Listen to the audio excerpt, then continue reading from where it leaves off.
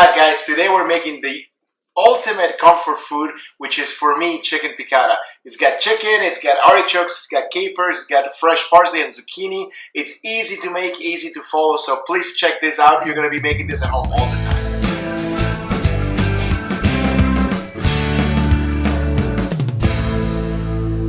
Alright guys and girls, this is it. We're making chicken piccata, which is, I think, most people's favorite. And it's an easy dish to make. I'm going to show you some, not shortcuts, but ways to make things safe.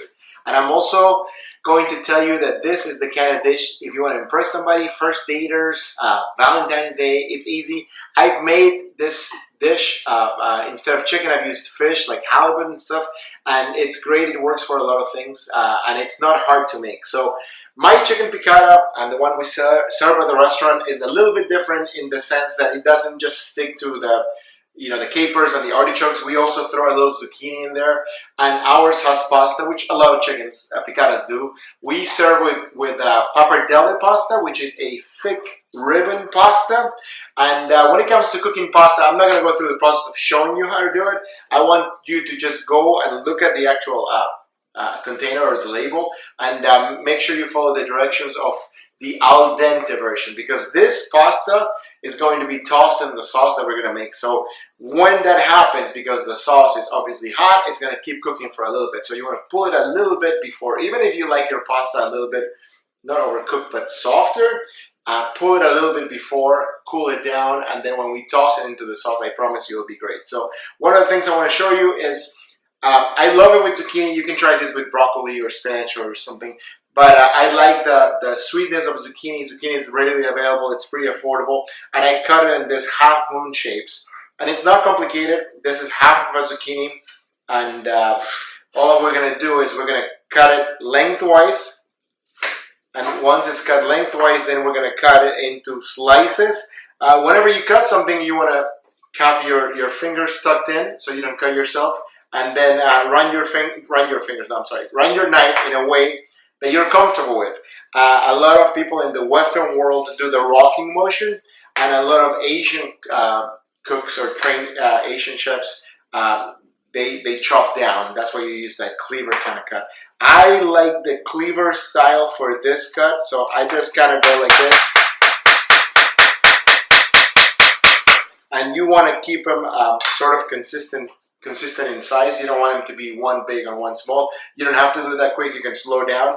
And we're going to keep our zucchini here. And I think we have enough here, more than enough actually, for a couple of servings. And now we're going to chop chicken. I did not deal with the chicken before the zucchini because, it's like, what is that? Beer before liquor? Never. So there's a whole order in things, right, in life. So if you're going to do some sort of meat, then you want to keep the meat after you do the vegetables, and or have two different cutting boards, one for veggies and one for meats. They even have them color-coded now. So this is a chicken breast. My hands are impeccably clean. You're going to have to take my word for that. This chicken breast is about 10, maybe 12, 14 ounces, and it's a lot of chicken. The problem with cooking with a chicken this big is going to be that it's going to take a long time. And I think about a 5 or 6 ounce portion of chicken is good. So this chicken breast is going to give us 2 servings. So what we're going to do with it is not just cut it in half, but we're going to cut it lengthwise. So you want a nice sharp knife. You want to put your hand in there and think of it as if you were spreading. Let's go for bagel today. So if you're spreading a bagel, which you will do is you just put your hand in there and start cutting all along. And you want to try to keep both sides up and down about the same size. And you want to come in all the way until the end. And then you're going to end up with 2 pieces of chicken that are about the same size, right? One of them looks a little bit, not the outside's always going to look a little bit cleaner, but we're going to coat this in flour. So don't worry about too much how it looks. I have enough flour here to coat both chicken breasts. And what I do is I don't put a lot of flour in the plate, because what happens is once chicken touches it, then we no longer can use that flour. So you just want to add what you think will be enough, and then we're going to discard the rest. Same thing with salt and pepper. You don't want to stick your hands in the salt after you touch chicken. And why we're seasoning this is because this is going to be the crust of the chicken, and the chicken's not seasoned yet. So we're going to mix our salt and pepper. We're going to grab our chicken. We're gonna set it on the flour, and we're gonna flip it over. And basically, wherever you still see chicken, think of it as, I don't think baby powder is kind of used anymore, but think of like, I mean, I have kids, so if you were baby powdering your kid, and this might gross you up, but anyways, you want to make sure that the whole area is powdered, so that's what we're doing here. And you see what I'm doing now, which is lifting up and shaking the excess, because we don't want it to be completely drenched. It just wants to be like a light coat. And we're going to come with the second one, and another trick to do this so your flour is even. The first time you're not going to get it all, but you're going to see the areas in which you need more flour in, like over here on the bottom, and that's it. You get all your chicken flour, and then I'm going to verbally tell you what's going to happen next. So we're going to get rid of this. We're not going to use this anymore. So our chicken is nicely seasoned and floured, and we're gonna make, I'm cooking the pasta up in advance, so the pasta is cooked, and like I said, just check on whatever the pasta maker tells you that al dente is. And in a pan, we're gonna saute the chicken, and this I'm gonna show you all, but just in case the audio is not very good because of the sound of the cooking, we're gonna saute the chicken, which means brown it on both sides, and we're gonna pull it out. That should take about 4 or 5 minutes. And in the same pan, we're gonna saute our zucchini, and then the other classic ingredients for the chicken picatta are capers, a little bit of garlic, artichoke hearts, chopped parsley, white wine, and a little bit of butter. And the trick that I want to share with you today is cream. And I did go to chef school, and a lot of people will say, well, beurre blanc, it's not supposed to have cream. I'm not making a beurre blanc, I'm making a tasty dish. So if a little bit of cream makes your sauce stay together better, why don't use it? So sometimes there's rules, and sometimes those rules could be a little bit judgy. So I don't like to stick to those rules too much. So I want to show you how to make a good dish, and when we come back, we're going to be set up on top of the stove so you can see the whole process, and I will see you back in 1 second.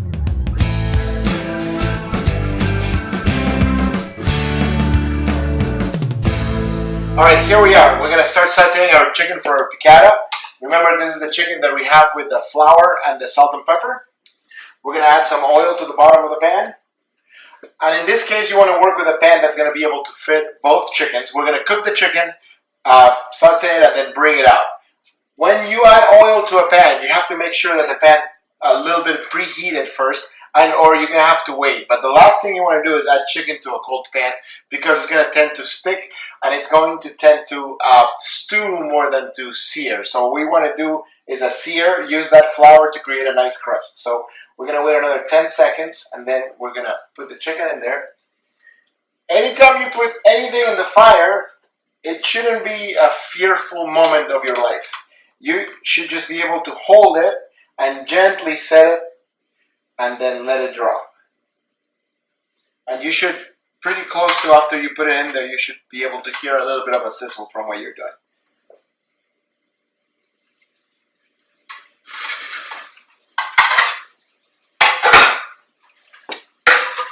The chicken's going to take about 3 to 4 minutes on each side. And then we're going to remove the chicken, saute the veggies, and make the sauce in the same pan. We're going to come back when the chicken's done, because I don't want to bore you with this. Our chicken is nicely browned, so we're going to pull it out and start making our veggies and our sauce in the same pan.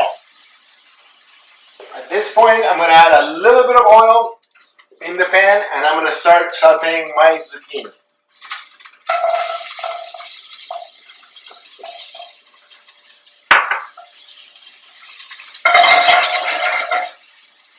We're going to add some salt and pepper.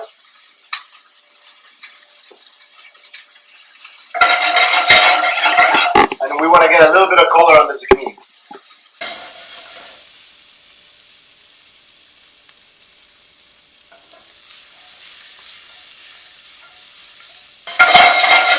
This is a special for dinner time at the restaurant, so I know that you're going to love it.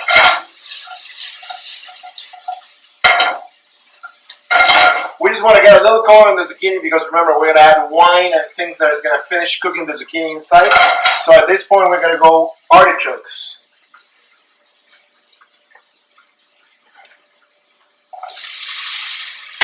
And a little bit of garlic as well.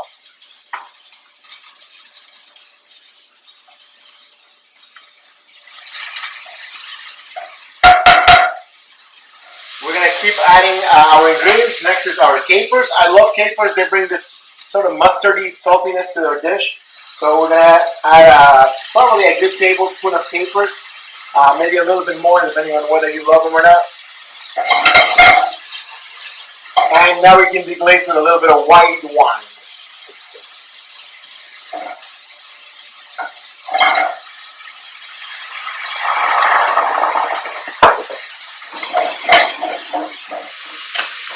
We added the white wine because there's all sorts of great flavors on the bottom. It's called the fond. It's the chicken that's a little bit stuck to the pan, and then the zucchini, all this caramelization. When we add the white wine, all those flavors are going to release. And also the white wine adds this acidity that's classic on our dish. Lemon. Yeah, lemon, that's good. At this point, you're going to cut it in half over there. At this point, we're going to add our butter.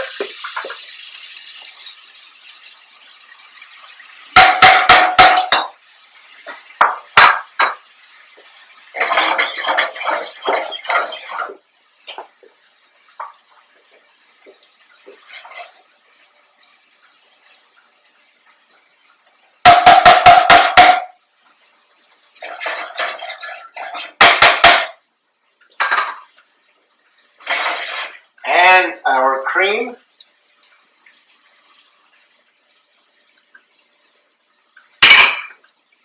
we're going to let that reduce. We will also taste it, and then one of the last things we're going to add is a little bit of fresh lemon juice to season our chicken and our pasta and our sauce. This normally takes about 2 to 3 minutes. So what's going to happen is the butter and the cream are going to get together and thicken up our sauce. Also, as these things start to reduce and boil, our zucchini is going to finish cooking, which is an awesome thing. I'm going to do a little taste.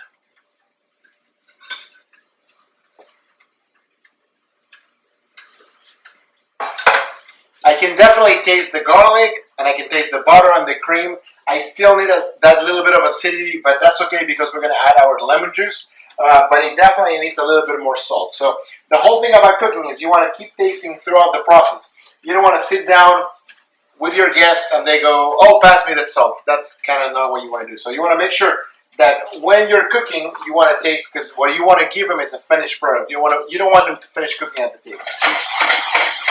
This is probably going to reduce by half, so we have another 2 minutes. In about 2 minutes, we're going to put our chicken back in there. And all the juices that the chicken released on the plate that you put it on, everything is going to go back in here. And the very last thing we're going to do is add the parsley and the lemon. And when we come back after that, I'm going to show you how I would like to plate this dish.